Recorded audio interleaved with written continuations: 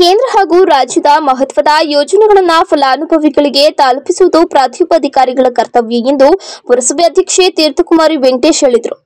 ಪಟ್ಟಣದ ಪುರಸಭೆ ಮುಂಭಾಗದಲ್ಲಿ ಯೂನಿಯನ್ ಬ್ಯಾಂಕ್ ಆಫ್ ಇಂಡಿಯಾ ಹಾಗೂ ಪುರಸಭೆ ಸಹಯೋಗದೊಂದಿಗೆ ಏರ್ಪಡಿಸಲಾಗಿದ್ದ ನಮ್ಮ ಸಂಕಲ್ಪ ವಿಕಸಿತ ಭಾರತ ಯಾತ್ರೆ ಕಾರ್ಯಕ್ರಮ ಉದ್ಘಾಟಿಸಿ ಮಾತನಾಡಿದ ಪುರಸಭೆ ಅಧ್ಯಕ್ಷೆ ತೀರ್ಥಕುಮಾರಿ ವೆಂಕಟೇಶ್, ಪ್ರಧಾನಮಂತ್ರಿ ನರೇಂದ್ರ ಮೋದಿ ಕೇಂದ್ರ ಸರ್ಕಾರ ಹಾಗೂ ರಾಜ್ಯ ಸರ್ಕಾರದ ಮಹತ್ವಾಕಾಂಕ್ಷೆ ಯೋಜನೆಗಳನ್ನು ಜನರಿಗೆ ತಲುಪಿಸುವ ನಿಟ್ಟಿನಲ್ಲಿ ತಮ್ಮೆಲ್ಲ ಅಧಿಕಾರಿಗಳು ತಮ್ಮ ಸ್ವಾರ್ಥವನ್ನು ಬಿಟ್ಟು ನಿಜವಾದ ಫಲಾನುಭವಿಗಳಿಗೆ ಸರ್ಕಾರದ ಯೋಜನೆಗಳನ್ನು ತಲುಪಿಸುವಂತಹ ಕೆಲಸ ಆಗಬೇಕು.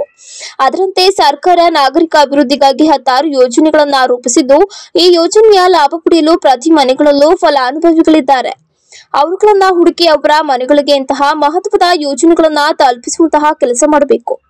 ಸರ್ಕಾರದ ಯೋಜನೆಗಳನ್ನ ಪಡೆದ ಫಲಾನುಭವಿಗಳು ಇತರರನ್ನ ಸಂಘಟಿಸುವ ಮೂಲಕ ಈ ಯೋಜನೆಯಿಂದ ವಂಚಿತರಾದವರಿಗೆ ಈ ಸೌಲಭ್ಯ ಸಿಗುವಂತೆ ಮಾಡುವ ಮೂಲಕ ಇಂತಹ ಕಾರ್ಯಕ್ರಮಗಳನ್ನು ಯಶಸ್ವಿಗೊಳಿಸಲು ಅಧಿಕಾರಿಗಳು ಹಾಗೂ ಜನಪ್ರತಿನಿಧಿಗಳು ಸಹಕಾರ ಅತಿ ಮುಖ್ಯ ಎಂದರು. ದೇಶದ ರಾಜಕಾರಣ ಮಾಡದೆ ನಮಗೆ ಫಲಾನುಭವಿಗಳಿಗೆ ಇದು ಸಿಗ್ಬೇಕಾಗುತ್ತೆ. ಏನು ಬಂದಂತಹ ಯೋಜನೆಯ ಸದುಪಯೋಗ ಆಗ್ಬೇಕಾಗುತ್ತೆ. ಅದನ್ನ ಮಾಡ್ಬೇಕಾದವರು ಅಧಿಕಾರಿಗಳು. ನಮ್ಮ ಇವಾಗ ಎದ್ದೋಗ್ತೀನಿ ಅಂದ್ರು ಅದಕ್ಕೆ ಇಲ್ಲ ಸರ್ ನೀವಿರಿ, ಯಾಕೆ ಅಂದ್ರೆ ಕಾರ್ಯಕ್ರಮಗಳು ಏನ್ ನಡೀತಾ ಇದೆ ಆ ಕಾರ್ಯಕ್ರಮದಲ್ಲಿ 10 ನಿಮಿಷ ಇತ್ತು, ಆ ಕಾರ್ಯಕ್ರಮಗಳಾಗ್ಲಿ ಇರುತ್ತೆ, ಆದ್ರೆ ಏನ್ ಮಾಡ್ಬೇಕು, ಕಾರ್ಯಕ್ರಮಗಳಲ್ಲಿ ಇರ್ಲೇಬೇಕಾಗುತ್ತೆ. ನೀವುಗಳೇ ಅದನ್ನ ತಿಳಿಸ್ಬೇಕಾಗುತ್ತೆ ಜನಗಳಿಗೆ, ಅಧಿಕಾರಿಗಳು. ನಾವು ಏನೇ ಅದನ್ನ ಮಾಡಕ್ ಹೋದ್ರು ಸಹ ಅಧಿಕಾರಿಗಳಿಂದ ಅದು ಫಲಾನುಭವಿಗಳಿಗೆ ತಲುಪಬೇಕಾಗುತ್ತೆ. ಇವತ್ತು ನಾವು ಆಶ್ರಯ ಕಮಿಟಿನ ಮಾಡ್ತಾ ಇದೀವಿ. ಆಶ್ರಯ ಯೋಜನೆ ಕೇಂದ್ರ ಸರ್ಕಾರದಿಂದ ಮನೆಗಳನ್ನ ಕಟ್ಟೋದಕ್ಕೆ, ಇವತ್ತು ಗುಡಿಸಲು ಮುಕ್ತ ಭಾರತ ಮಾಡ್ಬೇಕಂದಾಗ ಮನೆಗಳನ್ನ ಕಟ್ಟೋದಕ್ಕೆ ಅವಕಾಶ ಮಾಡ್ಕೊಡ್ಬೇಕಾಗುತ್ತೆ. ಅಂತ ಒಂದು ಅವಕಾಶನ ಕೇಂದ್ರ ಸರ್ಕಾರ ಮತ್ತೆ ರಾಜ್ಯ ಸರ್ಕಾರ ಎರಡೂ ಸೇರಿ ಮಾಡ್ತಾ ಇದ್ದಾರೆ.